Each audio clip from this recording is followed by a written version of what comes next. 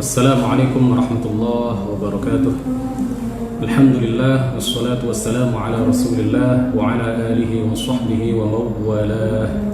Wala hawla wala quwwata illa billah. Amma ba'd. Kita awali dengan ihda al-Fatihah ila asyrafin nabiyyin Muhammadur Rasulillah sallallahu alaihi wasallam wa alihi wa dhurriyyatihi wa azwajihi wa ahli baitihi al-kiram وإلى أرواح إخوانه من الأنبياء والمرسلين والصحابة والتابعين والأولياء الصالحين والعلماء العاملين والملائكة المقربين والمجاهدين في سبيل رب العالمين وإلى المصنفين المخلصين خصوصا إلى روح الشيخ عبد القادر الجيلاني وإلى الإمام أحمد الرفاعي الكبير، ونخص خصوصا إلى مؤلف هذا الكتاب السيد الحبيب الشيخ أحمد المرزوقي رحمه الله، وبنية التوفيق والتيسير وبنية قضاء جميع الحاجات والديون وبنية الشفاء والنصر على الأعداء وقبول الدعاء ونيل كل سوء ورؤية الرسول وشفاعة الرسول ومرافقة الرسول في الآخرة ولرضاء الله. الفاتحة. أعوذ بالله من الشيطان الرجيم. بسم الله الرحمن الرحيم. مالك يوم الدين. إياك نعبد وإياك نستعين. صراط الذين أنعمت عليهم غير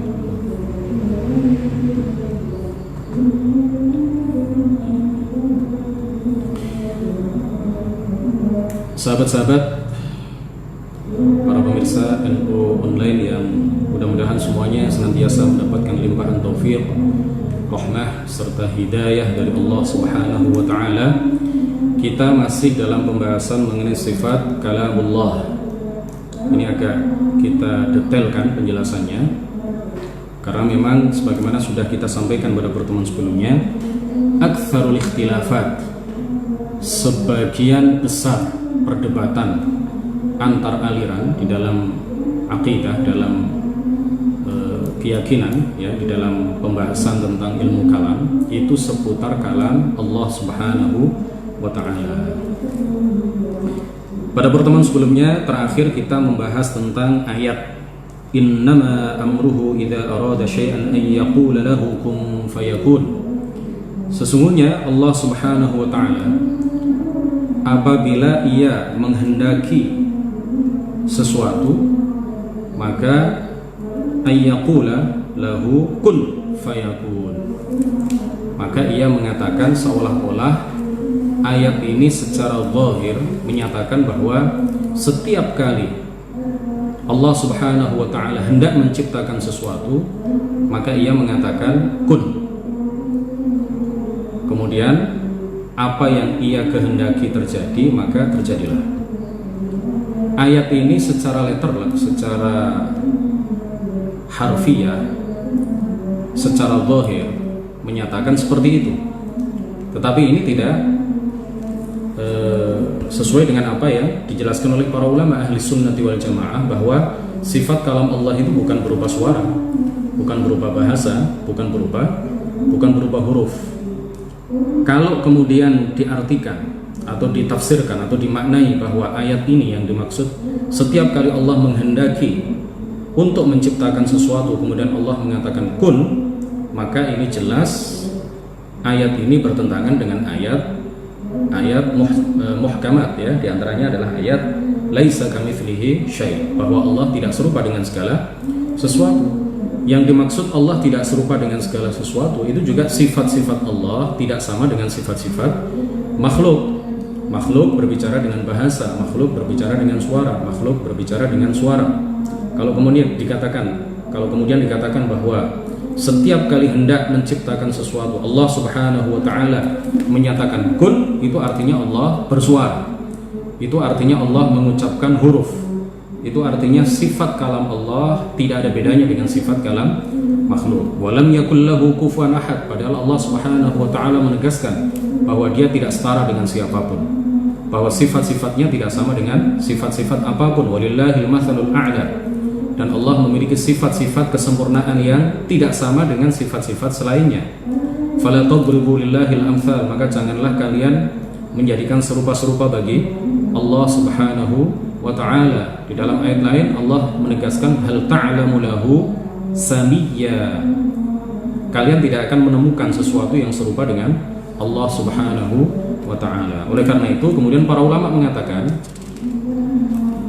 innama amruhu idza arada syai'an ay yaqula lahu kun fayakun, itu maksudnya adalah ay anna Allah yujidul asya'a biduni ta'abin wa masyaqqatin wa biduni mumana'ati ahadin lahu. Arti dari ayat ini bahwa Allah Subhanahu wa ta'ala mengadakan segala sesuatu itu biduni ta'abin, tanpa rasa letih, wala masyaqqatin, tanpa rasa payah, tanpa rasa capek, wa biduni mumana'ati ahadin lahu, tanpa ada yang bisa mencegahnya, tanpa ada yang bisa menghalang-halanginya. Ay annahu yakhluqul asya'a allati sya'a an yakhluqaha bisur'atin bila ta'akhurin 'anil waqti alladhi sya'a wujudaha fih. Jadi Allah Subhanahu wa ta'ala berdasarkan ayat ini atau tafsir dari ayat ini bahwa Allah menciptakan segala sesuatu yang Dia kehendaki itu bisur'atin, dengan sangat cepat, bila ta'akhurin, tanpa terlambat, 'anil waqti alladhi sya'a wujudaha fih, tanpa telat, tanpa terlambat dari waktu yang Ia kehendaki. Jadi arti dari kun fayakun itu artinya sebagaimana kita mengatakan kun itu sama sekali tidak capek, sebagaimana kita mengatakan kun itu sangat mudah bagi kita, maka Allah Subhanahu wa ta'ala sangat mudah di dalam menciptakan apapun yang Dia kehendaki pada waktu yang Dia kehendaki. Nah, ini yang dimaksud dengan innama amruhu idza arada syai'an ay yaqula lahu kun fayakun. Jadi kalau dikatakan bahwa setiap kali Allah menghendaki untuk menciptakan sesuatu, kemudian Allah Subhanahu wa ta'ala mengatakan kun, itu artinya Allah tidak akan memiliki pekerjaan lain kecuali mengatakan kun. Karena dalam hitungan kurang dari 1 detik Allah Subhanahu wa ta'ala menciptakan makhluk dalam jumlah yang sangat banyak dan tidak terhitung. Dalam hitungan kurang dari 1 detik berapa banyak orang yang meninggal, itu yang menciptakan dan menghendaki terjadinya adalah Allah. Dalam hitungan kurang dari 1 detik berapa bayi yang lahir di seluruh dunia. Dalam hitungan kurang dari 1 detik berapa daun-daun yang gugur dari pepohonan. Dalam hitungan kurang dari 1 detik berapa tetes air hujan yang turun dari atas. Dalam hitungan kurang dari 1 detik berapa debur air, berapa deburan ya ombak di lautan misalkan.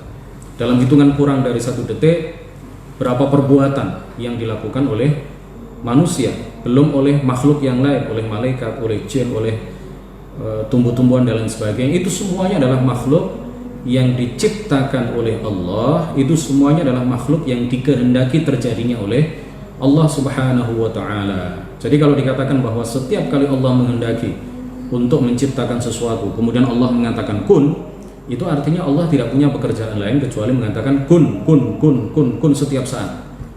Karena sebagaimana tadi sudah kita sampaikan, dalam hitungan kurang dari 1 detik Allah menciptakan banyak sekali makhluk yang tidak terhitung jumlahnya. Bukan hanya puluhan, bukan hanya ratusan, bukan hanya ribuan, bukan hanya jutaan, bahkan miliaran makhluk diciptakan oleh Allah dalam hitungan kurang dari 1 detik setiap saat.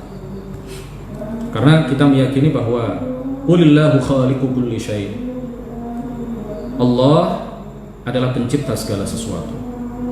Karena kita meyakini bahwa masya Allahu kan wa ma lam yasha' lam yakun, apapun yang Allah kehendaki pasti terjadi. Jadi apapun yang terjadi di alam ini adalah kehendak Allah Subhanahu wa ta'ala. Kemudian kun itu adalah bahasa Arab, padahal Allah Subhanahu wa ta'ala ada sebelum segala bahasa. Allah ada sebelum adanya segala sesuatu. Allah ada sebelum adanya segala sesuatu. Kalau seandainya Allah Subhanahu wa ta'ala setiap kali hendak menciptakan sesuatu kemudian Dia mengatakan kun, itu artinya sebelum terjadinya segala sesuatu maka Allah diam. Kemudian Allah menciptakan sesuatu, kemudian dia mengatakan kun. Nah, ini nggak masuk akal. Diam, kemudian mengatakan kun. Ini apa bedanya dengan makhluk kalau seperti ini? Jadi kalau seperti ini maka nggak ada bedanya antara Allah dengan makhluk. Kemudian seandainya kun ini suara, bahasa, huruf.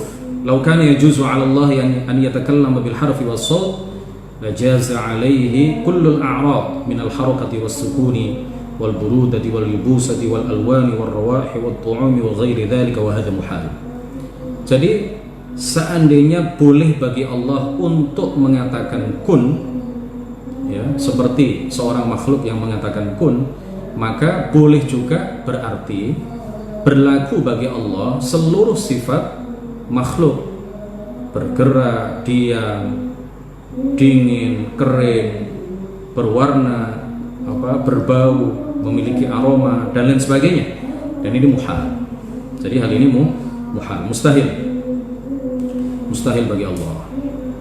Nah, sebagian ulama ahli sunnati wal jamaah mengatakan innallaha yakhluqul khalqa bikun ay bil hukmi al azali biwujudihi fal ayatu 'indahum 'ibaratun an anna Allah ta'ala yakhluqul 'alama bi hukmihi al azali wal hukmu kalamun azaliyyun fi haqqillah laisa kalaman murakkaban min hurufin wala shaut. Sebagian ulama ahli sunnah mengatakan bahwa arti dari innama amruhu idza arada syai'an an yaqula lahu kun fayakun itu artinya Allah Subhanahu wa taala menciptakan segala sesuatu itu dengan hukumnya yang azali.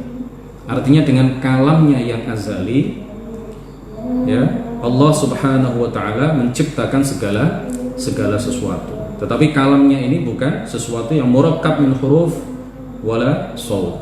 Kalamnya tidak merupakan sesuatu yang tersusun dari rangkaian huruf, dari rangkaian suara.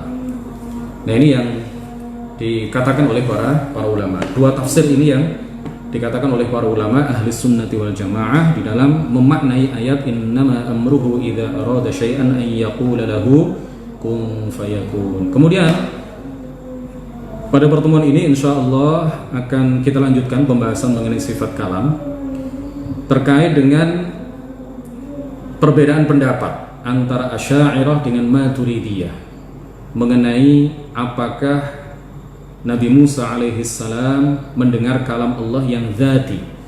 Apakah Nabi Musa mendengar kalam Allah yang merupakan sifat bagi zatnya, yang bukan berupa suara, bahasa dan huruf. Ya, ada perbedaan pendapat ya antara Asy'ariyah dengan Maturidiyah. Ini adalah satu di antara beberapa perbedaan pendapat antara Asy'ariyah dengan Maturidiyah, sesama Ahlus Sunnati wal Jamaah, bukan pada usul al-aqidah, bukan pada pokok-pokok akidah, tetapi perbedaan di antara kedua belah pihak itu adalah di dalam furu' al-aqidah, di dalam cabang-cabang ilmu kalam, di dalam cabang-cabang ilmu akidah, ya, bukan pada usulnya tetapi pada furu'nya. Dan ini tidak menjadikan keduanya saling menyesatkan, karena rata-rata perbedaan antara Asy'ariyah dengan Maturidiyah adalah perbedaan yang sifatnya lafzi, sifatnya dalam pengungkapan saja, tetapi substansinya apa yang kedua belah pihak perdebatkan atau berbeda pendapat antara keduanya itu hanya menyangkut bagaimana cara mengungkapkan saja, tetapi secara substansi sejatinya kalau kita teliti dengan betul itu sama. Jadi perlu kita tegaskan bahwa Ahlus Sunnati wal Jamaah semuanya tanpa ada perbedaan pendapat, baik Asy'ariyah maupun Maturidiyah, semuanya menyatakan bahwa kalam Allah bukan berupa suara, kalam Allah bukan berupa bahasa, kalam Allah yang merupakan sifat bagi zatnya itu bukanlah merupakan rangkaian huruf, bukan suara, bahasa dan huruf. Tetapi perbedaan yang terjadi antara kedua belah pihak, antara Asy'ariyah dengan Maturidiyah, ya, antara beberapa orang ulama ahli sunnati wal jamaah adalah terkait apakah Nabi Musa alaihissalam mendengar kalam Allah yang merupakan sifat bagi zatnya ataukah tidak. Saya ulang, tidak ada perbedaan pendapat di kalangan para ulama ahli sunnati wal jamaah bahwa sifat kalam Allah atau kalam Allah yang merupakan sifat bagi zatnya itu bukan berupa suara, bukan berupa bahasa, bukan berupa huruf. tidak bisa dibayangkan sama sekali, tidak menyerupai kalam makhluk. Ini clear, ya, ini clear. Tidak ada perbedaan di kalangan para ulama ahli sunnati wal jamaah. Jadi perbedaannya terkait dengan apa? Terkait dengan apakah Nabi Musa ketika di atas bukit Tur Saina atau Tur Sina, apakah yang beliau dengar itu kalam Allah yang merupakan sifat bagi zatnya yang azali, yang abadi, yang bukan berupa suara, bahasa, dan huruf, ataukah tidak, ya. Nah, ada dua kelompok. Yang pertama adalah madhabu aktsaris salaf wa jumhuril asy'ariyah wa ba'dil maturidiyah.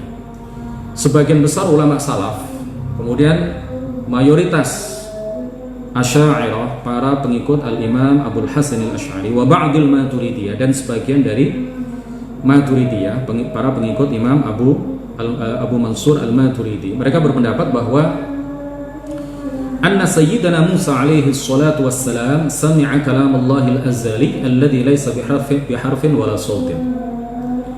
Jadi mereka berpendapat, mereka ini siapa? Kelompok yang pertama, yaitu aktsarus salaf wa jumhurul asy'ariyah wa ba'dul maturidiyah. Sebagian besar ulama salaf, sebagian besar asy'ariyah, dan sebagian maturidiyah. Mereka berpendapat bahwa Sayyiduna Musa alaihi salatu wassalam mendengar kalam Allah yang azali, yang bukan berupa suara, bukan berupa bahasa, bukan berupa huruf.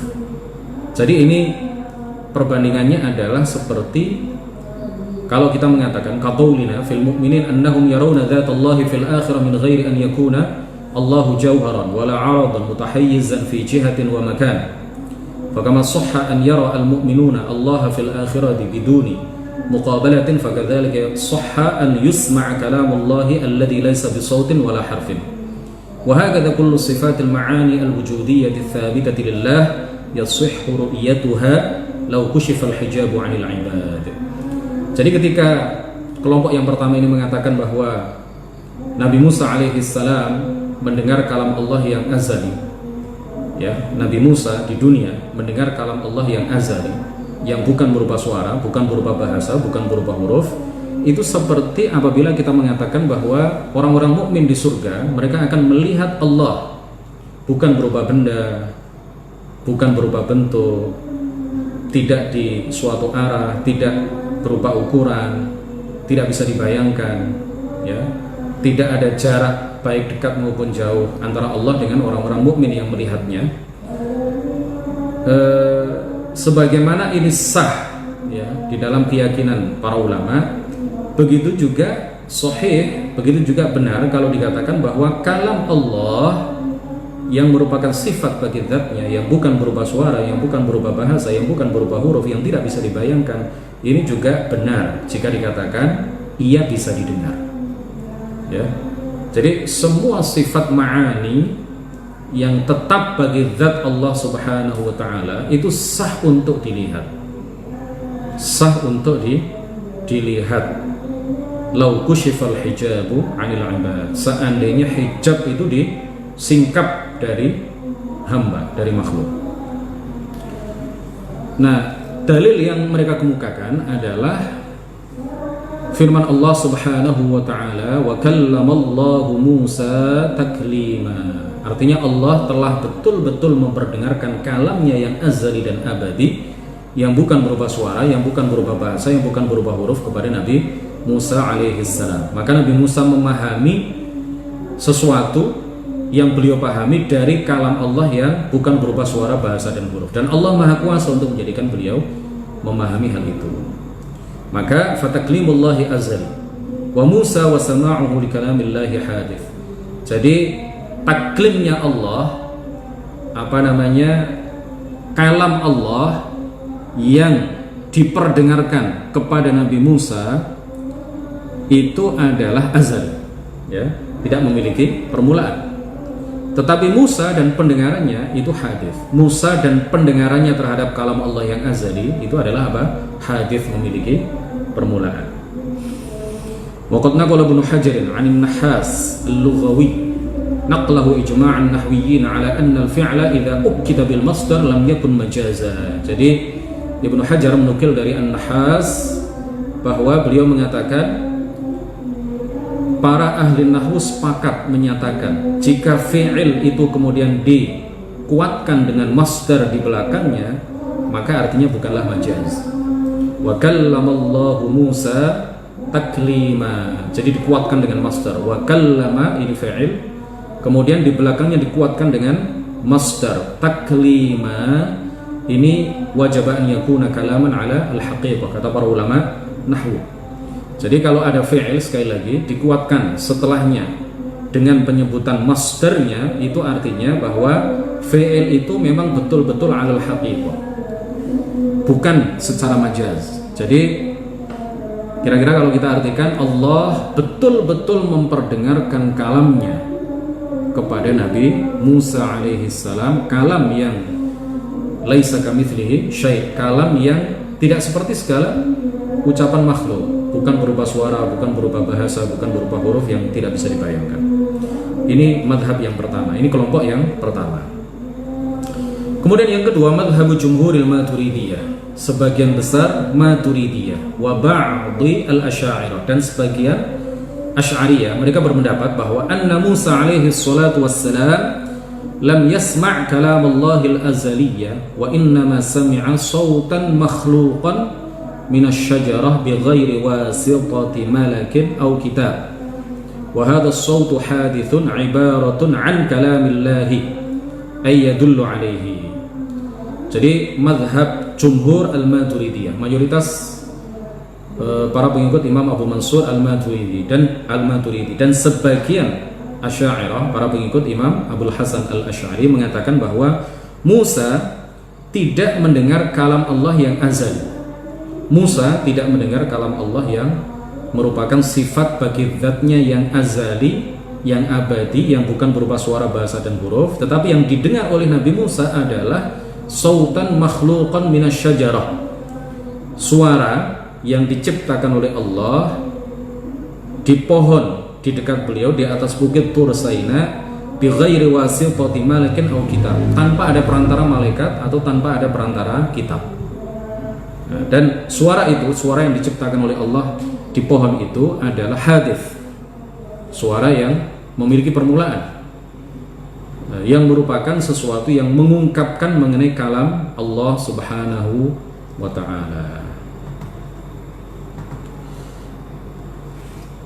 Dan dalil yang dikemukakan oleh mereka bahwa kalam Allah itu adalah sifatun qa'imatun bidzatillah yasihhu an naraha walakin la nasma'uha lianna ma yadkhulu tahta as-sam'i fahuwa harfun wa sautun ala madhhabihim. Jadi kata mereka, hujjah mereka, kenapa mereka mengatakan seperti itu, bahwa kalam Allah itu adalah sifat yang tetap pada zat Allah dan sah untuk dilihat tetapi tidak didengar, ya, sah untuk dilihat tetapi tidak bisa didengar. Karena sesuatu yang didengar itu berarti suara, itu berarti huruf, ya, dalam mazhab kelompok yang kedua ini.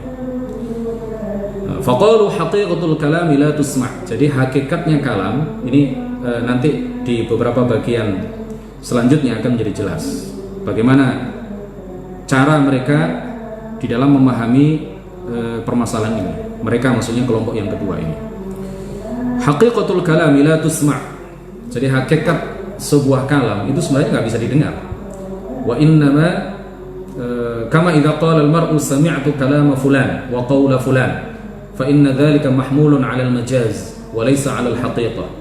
Li'annahu la yasma'u atau la yusma'u qawlu fulanin haqiqatan wala kalamuhu wala hadithuhu wa innama yusma'u atau wa innama yasma'u sautan yafhamu bihi qawlahu wa kalamahu wa hadithahu. Jadi menurut pendapat yang kedua ini, kalam, ya, misalkan kalam fulan, misalkan, ya, kalam seseorang itu sejatinya tidak bisa didengar, sejatinya tidak bisa didengar. Jadi yang didengar itu apa? Yang didengar itu adalah suara yang dipahami dari suara itu kalam si fulan. Jadi kalau kalamnya fulan itu sendiri nggak bisa didengar, ucapan ucapan, istilahnya ucapan pembicaraan itu kata kelompok yang kedua ini sejatinya nggak bisa didengar. Yang bisa didengar itu apa? Suara yang darinya kemudian dipahami mengenai ucapan atau kalam si fulan. Makanya kemudian mereka mengatakan Nabi Musa itu tidak mendengar kalam Allah yang azali, karena sejatinya kalam itu tidak bisa didengar. Sejatinya kalam itu tidak bisa didengar. Nah, yang didengar oleh Nabi Musa itu adalah suara ya, yang Allah ciptakan pada pohon itu, pada pohon di dekat beliau.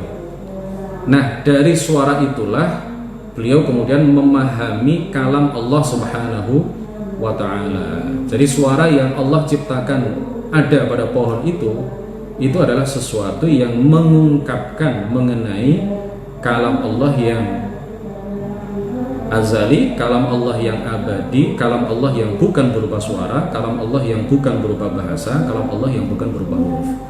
Jadi sejatinya ini adalah ikhtilaf lafzi ya. Jadi perbedaan yang sebenarnya tidak substansial, karena kedua belah pihak sepakat menyatakan bahwa kalam Allah bukan berupa suara, kalam Allah bukan berupa bahasa, kalam Allah bukan berupa huruf, kalam Allah azali, abadi, tidak bisa dibayangkan, tidak seperti kalam kita yang bermula, tidak seperti kalam kita yang berakhir, tidak seperti kalam kita yang banyak.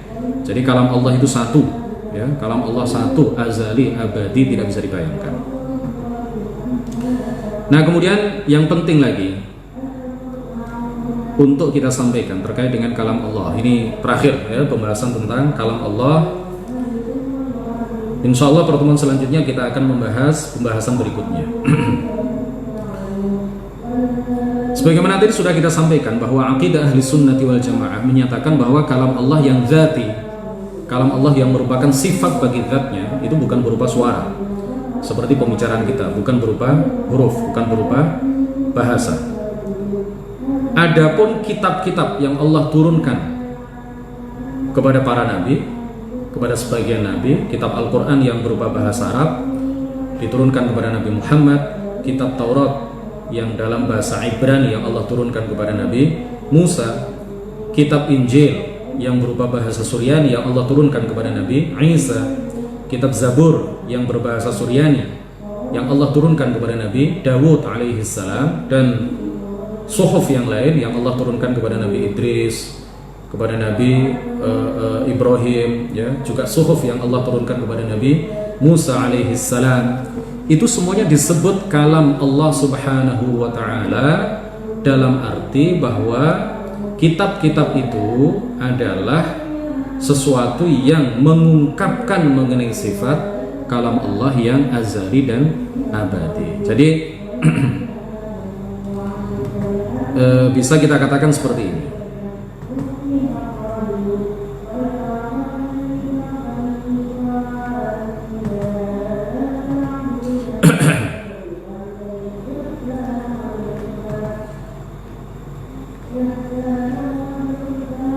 Al-Quran itu memiliki dua penyebutan. Al-Quran lahu itlaqan. Al-Quran itu memiliki dua penyebutan. Penyebutan yang pertama atau pengertian yang pertama ya, itlaq ya, gimana cara menerjemahkannya, penyebutan atau pengertian. Al-Quran itu memiliki itlaqani, memiliki dua penyebutan atau memiliki dua pengertian. Penyebutan yang pertama atau pengertian yang pertama dari Al-Quran, jika dikatakan Al-Quran, maka dalam penyebutan yang pertama, dalam pengertian yang pertama, maka yang dimaksud adalah kalam Allah yang azali, abadi, kalam Allah yang bukan berupa suara bahasa, yang tidak bermula, yang tidak berakhir, yang tidak tersusun dari bagian-bagian, yang bukan berupa bahasa Arab, yang bukan berupa bahasa Suryani, yang bukan berupa bahasa Ibrani, dan juga bukan berupa bahasa-bahasa yang lain. Kalau yang dimaksud dengan Al-Quran adalah penyebutan yang pertama ini atau pengertian yang pertama ini, maka dia qadim. Maka kita mengatakan bahwa Al-Quran dalam pengertian yang pertama ini adalah qadim. Jadi ingat gini ya, Kita jangan mengatakan Al-Quran qadim atau Al-Quran hadith secara mutlak, ya, tanpa ada embel-embel. Karena kalau dikatakan bahwa Al-Quran itu qadim, maka sangat rentan untuk dipahami bahwa Al-Quran yang berupa suara, yang kalau kita baca berupa suara, bahasa dan huruf, maka ini adalah qadim. Kemudian kalau dikatakan Al-Qur'anu hadith, Quran itu hadith secara mutlak tanpa ada embel-embel, tanpa ada keterangan lebih lanjut, maka ini sangat rentan untuk disalahpahami juga. Maka orang-orang awam akan memahami bahwa sifat kalam Allah yang sejatinya tidak berupa suara, bahasa dan huruf itu mereka yakini sebagai sesuatu yang hadith. Jadi kita beri penjelasan lebih lanjut. Boleh kita mengatakan Al-Quran qadim, tetapi dengan penjelasan bahwa Al-Quran dalam pengertian yang pertama, seperti yang tadi sudah kita sampaikan, ini adalah qadim. Sedangkan Al-Quran dalam pengertian yang kedua,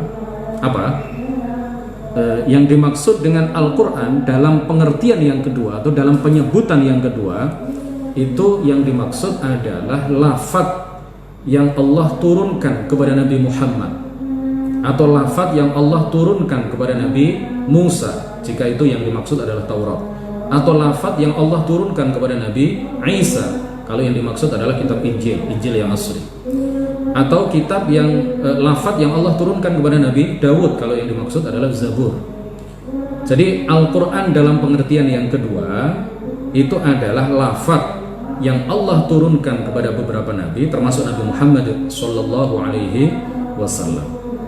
Dan dua-duanya disebut kalam Allah. Al-Quran dalam pengertian pertama itu disebut kalam Allah. Al-Quran dalam pengertian yang kedua ini juga disebut kalam Allah.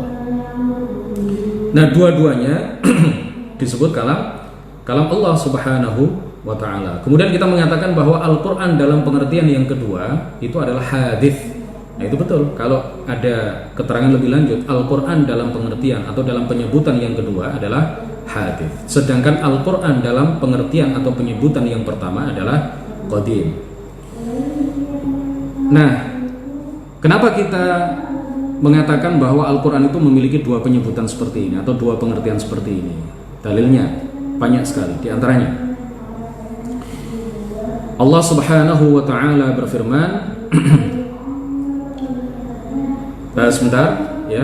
Al-Quran dalam pengertian yang kedua itu disebut kalam Allah dalam arti apa? Dalam arti bahwa ia adalah sesuatu yang mengungkapkan mengenai sifat kalam Allah yang azali, yang abadi, yang tidak berupa suara, bahasa dan huruf.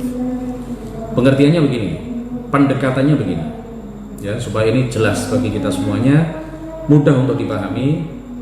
Pendekatannya ala sabil taqrib, la ala sabil tashbih wa tamthil. Sebagai sebuah pendekatan, kita mengatakan bahwa jika saya menulis lafadz Allah di papan tulis, saya menulis lafadz Allah di papan tulis, kemudian saya bertanya kepada orang-orang di hadapan saya, ini apa? Ketika mereka mengatakan Allah, saya bertanya ini apa? Kemudian mereka mengatakan Allah, mereka tidak salah. Tetapi ini adalah bukan Allah yang kita sembah. Karena Allah yang kita sembah itu tidak menempati papan tulis. Allah yang kita sembah itu tidak serupa dengan segala sesuatu, tidak bisa dilihat di dunia, tidak berupa ukuran, tidak berupa tulisan, tidak berupa benda, tidak disifati dengan sifat-sifat makhluk. Lah terus Allah yang di papan tulis atau lafadz Allah yang di papan tulis ini adalah lafadz yang mengungkapkan bahwa Tuhan yang wajib kita sembah adalah Allah subhanahu wa ta'ala. Jadi Allah yang wajib kita sembah itu disebut Allah. Sedangkan lafadz Allah yang mengungkapkan bahwa Tuhan yang wajib kita sembah adalah Allah, ini juga kita sebut Allah. Dua-duanya kita sebut Allah. Nah, Allah dalam pengertian pertama itu nggak bisa dibayangkan, tidak bisa dikhayalkan, ada tanpa permulaan, ada tanpa akhir, nggak bisa dibayangkan sama sekali. Sementara Allah dalam pengertian kedua ini adalah berupa lafadz yang merupakan sesuatu yang mengungkapkan bahwa Allah yang wajib kita sembah adalah, bahwa Tuhan satu-satunya yang wajib kita sembah hanyalah Allah Subhanahu wa ta'ala. Jadi dua-duanya disebut Allah, tetapi Allah dalam pengertian pertama qadim, ya, azali, abadi, dan seterusnya. Sedangkan Allah dalam pengertian kedua itu adalah lafaz yang mengungkapkan mengenai Allah yang wajib disembah, dan dua-duanya disebut Allah Subhanahu wa ta'ala. Contoh lain misalkan, sebagai sebuah pendekatan juga. Contoh lain, ada guru TK masuk ruangan, dia ingin menjelaskan mengenai sapi misalkan, ya, mengenai nama-nama binatang. Apakah guru TK itu kemudian membawa sapi ke dalam kelas? Apakah kemudian guru TK itu membawa kambing ke dalam kelas? Tentu tidak. Yang dia lakukan apa? Yang dia lakukan adalah membawa gambar sapi, membawa gambar kambing, membawa gambar binatang-binatang yang ingin ia jelaskan kepada para peserta didik supaya mereka mengetahui, ya, gambaran mengenai binatang-binatang yang saat itu yang saat itu dibahas di dalam kelas. Jadi ketika guru TK kemudian memasang gambar itu di depan para peserta didiknya, kemudian dia menunjuk gambar sapi, anak-anak ini apa? Ketika anak-anak yang ada di kelas mengatakan itu sapi, apakah guru kelas itu akan mengatakan salah, kalian nggak benar ini kalau mengatakan ini sapi, ini adalah gambar sapi? Apakah guru TK itu mengatakan seperti itu? Tidak. Jadi ketika anak-anak ditanya ini apa, kemudian mereka menjawab ini sapi atau itu sapi, maka guru kelas akan mengatakan betul, ya. Apa yang dimaksud dengan sapi? Padahal ini adalah gambar sapi. Yang dimaksud oleh anak-anak itu adalah ini adalah gambar yang mengungkapkan bahwa ada binatang yang bernama sapi. Sapi yang ada di sana yang makan rumput itu disebut sapi. Sementara gambar sapi yang ada di sini juga disebut sapi. Dalam arti apa? Dalam arti bahwa ini adalah gambar yang mengungkapkan bahwa ada binatang yang makan rumput, yang bisa bersuara, yang bisa membajak sawah, yang disembelih pada waktu hari raya kurban, yang bernama sapi. Nah, sama juga ketika saya mengatakan misalkan, atau saya menulis di sini api, saya tulis api di papan tulis, kemudian saya tanya kepada orang-orang yang di hadapan saya, Mas, ini apa? Itu sapi, Pak. Itu api misalkan, ya, itu api. Maka saya mengatakan kepada orang itu benar. Api dalam arti di sini apa? Api dalam arti bahwa ini adalah tulisan yang mengungkapkan bahwa ada sebuah benda yang bernama api yang bisa membakar. Jadi api yang saya pegang yang berupa tulisan ini nggak bisa membakar tangan saya, karena ini bukan benda apinya, tetapi ini adalah sesuatu yang mengungkapkan mengenai sebuah benda yang bisa membakar, yang memiliki sifat membakar, yang bernama api. Nah, api yang bisa membakar yang ada di sana itu disebut api. Tulisan api yang ada di papan tulis ini juga disebut api, dalam arti ini adalah sesuatu yang mengungkapkan mengenai api yang memiliki sifat membakar. Jadi dari sini jelas, ya, bahwa Al-Quran itu memiliki dua penyebutan. Penyebutan yang pertama adalah Al-Quran dalam arti sifat kalam Allah Subhanahu wa ta'ala yang dzati, yang merupakan sifat bagi zatnya, yang bukan berupa suara, bukan berupa bahasa, bukan berupa huruf, yang tidak bisa ditayangkan. Al-Quran dalam penyebutan yang kedua, Al-Quran dalam pengertian yang kedua itu adalah lafaz yang Allah turunkan kepada beberapa orang nabi. Kalau itu berupa Al-Quran berarti kepada Nabi Muhammad sallallahu alaihi wasallam, yang lafaz itu mengungkapkan mengenai sifat kalam Allah yang bukan berupa suara, bukan berupa bahasa, bukan berupa huruf. Jadi makanya ketika ada orang yang protes misalkan, Ustaz, ya, Gus, Kiai, tadi dikatakan bahwa katanya kalam Allah itu bukan berupa suara, bukan berupa bahasa, bukan berupa huruf. Lah ini Al-Quran ini kan kalam Allah ini. Jadi ketika saya baca kok berupa suara. Ketika saya lihat kok berupa huruf, ketika saya lihat tulisannya berupa bahasa Arab.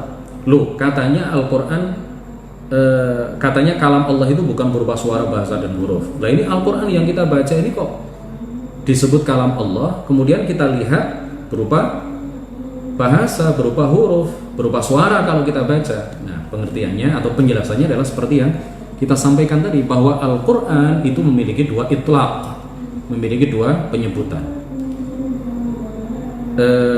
Al-Quran, jika disebut Al-Quran, maka bisa jadi yang dimaksud adalah penyebutan yang pertama atau pengertian yang pertama.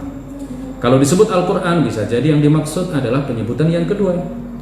Dan Al-Quran yang berupa lafadz, yang berupa suara, yang berupa bahasa, yang berupa huruf, ini adalah Al-Quran dalam pengertian yang kedua. Dan ini adalah sesuatu yang mengungkapkan mengenai sifat kalam Allah yang bukan berupa suara, bukan berupa bahasa, bukan berupa huruf.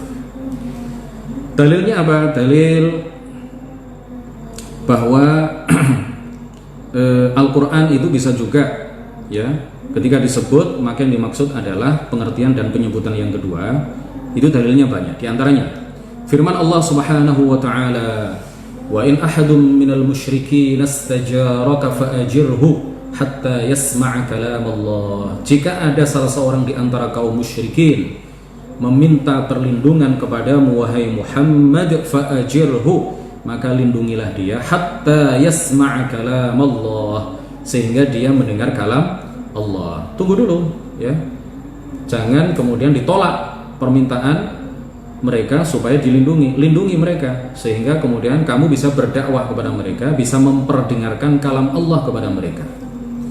Nah, yang dimaksud kalam Allah di sini apa? Ay al-huruf wal alfaz al-makhluqa al-munazzala ala sayyidina Muhammad sallallahu alaihi wasallam. Jelas bahwa yang dimaksud kalam Allah dalam firman Allah ini adalah apa? Lafaz ini, yang Al-Quran yang berupa tulisan ini, yang berupa suara, bahasa, dan huruf. Kemudian dalil yang lain adalah firman Allah Subhanahu wa taala, yuriduna an yubaddilu kalam Allah. Mereka orang-orang kafir Quraisy, mereka orang-orang musyrik, ya.